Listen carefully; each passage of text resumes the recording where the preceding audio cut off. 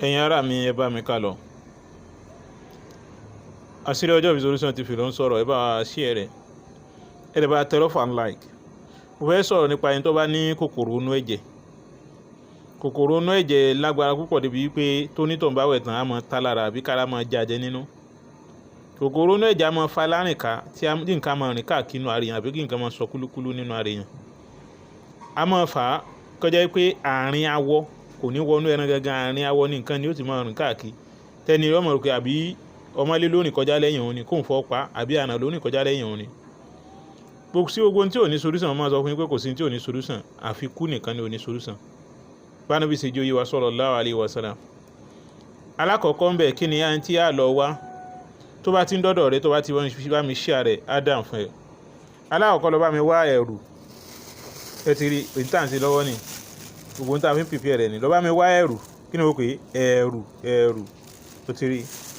Tó bá mi wá ẹni ẹ̀rù ni o, torí ẹ̀rù mi máa béèrè pé ẹ̀rù wo tún ni, irú ẹ̀rù wo, kọ́kọ́ share rẹ̀ náà sí èèyàn ogún á dàn fún ẹ. Tó bá ti wá bá mi gẹ́ẹ̀tì ẹ̀rù, bá mi gẹ́ẹ̀tì káfúrà pẹlẹbẹ, mo ti lò ó tán láìnà rẹ̀ ní káfúrà pẹlẹbẹ. Bá mi wá bí ẹyọ kan àbí méjì ti tó. Wá káńfọ̀ rogodo, ó ti rí káńfọ̀ lélẹ̀ rogodo tán máa fi sínú aṣọ. Tó bá ti lo káfúrà pẹlẹbẹ ẹyọ kan, lo káńfọ̀ méjì sí.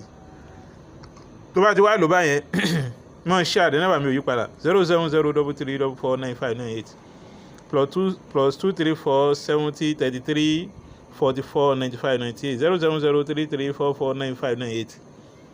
Tó bá ti wá lọ gbogbo àwọn nǹkan nìyí pọ̀, ó wà lọ́wọ́ mi wá somiró ondo blue níbẹ̀ yẹn.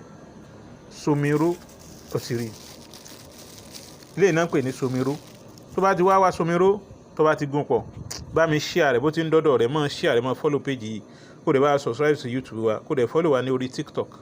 Bá mi share rẹ̀ gidi gan, á dàn fún ẹ o. Lẹ́yìn ìgbà tó bá gún somiró mọ́ tán, sọ gbogbo ẹ̀ di powder, gbogbo ẹ̀ sì máa rí ni, ẹ ti rí. Gbogbo ẹ̀ sì máa rí ni, ẹ̀rù ló ní sàkìtì yìí. Káfúrà àti káńfọ̀ yẹn ti parí mọ́ la. Somiró ni blue yẹn. Tẹ bá rí white àti ńbẹ̀, káfúrà àti káńfọ̀ ni. Káfúrà àti káńfọ̀ ni. Báwo la ti wá ṣe lò? Ó wà bá mi wá ọṣẹ. Ọṣẹ ni ó ti rí. Ọṣẹ ni ọṣẹ white. Ẹ ti rí. Ọṣẹ dúdú ni wọ́n máa pè ó, ọṣẹ àbúwẹ̀ ẹ̀wọ̀ white ni. Ó bá lo dúdú, ó bá lo kan, but àbúwẹ̀ ní tí wọ́n bá mú fún ẹ náà ni kó rà. Kó wá pò mọ́. Tó bá ti wá pò mọ́, kí ló wá ṣe? Tó bá ti wá sọ́dọ̀ ọṣẹ tán, àwa pín sí méjì into 2. Mo ní kó share rẹ̀. Bá mi share rẹ̀, bá mi subscribe sí YouTube mi, bá mi share rẹ̀. Àṣírí Ọjọ́ Ìbí Solution TV ló ń sọ̀rọ̀.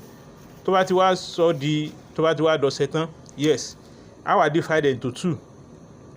Wà wá lọ wá ike bíi ẹ̀fà ní ńlá, ike ẹ̀fà ní ńlá yẹn, àbí kó wá ike 5 litre, ike 75 cl, ike àwọn bígì àbí table water yẹn. Wà á mú ọṣẹ bíi tó lè fi wẹ̀ lẹ́ẹ̀kan, ọṣẹ kékeré, wà á jù sínú rẹ̀. Tó wá jù sínú rẹ̀, wà á rọ omi tí ó kún kéyẹn, wà á jù sínú rẹ̀. Wà á máa jí pọ̀, ó máa jí pọ̀, ó máa mú kọ́fà ike kọ́fà, tó bá rí kọ́fà 5 litre yẹn, tó bá rí tó lè fi measure rẹ̀, dídí méjì rẹ̀ ti tó. Mọ̀ mú méjì láàárọ̀, méjì lálẹ́, méjì láàárọ̀, méjì lálẹ́. Lẹ́yìn ìgbà náà, ọṣẹ tó wà nílẹ̀ mọ̀ wẹ ọṣẹ nì pẹ̀lú ògo Ọlọ́run inshallah bi qudratullahi ta'ala.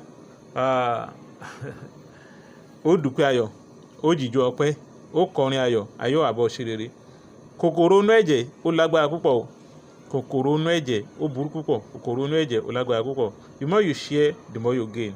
The more you share, the more you gain. Much love, much like. Thanks so much. Follow us and subscribe to our YouTube, please.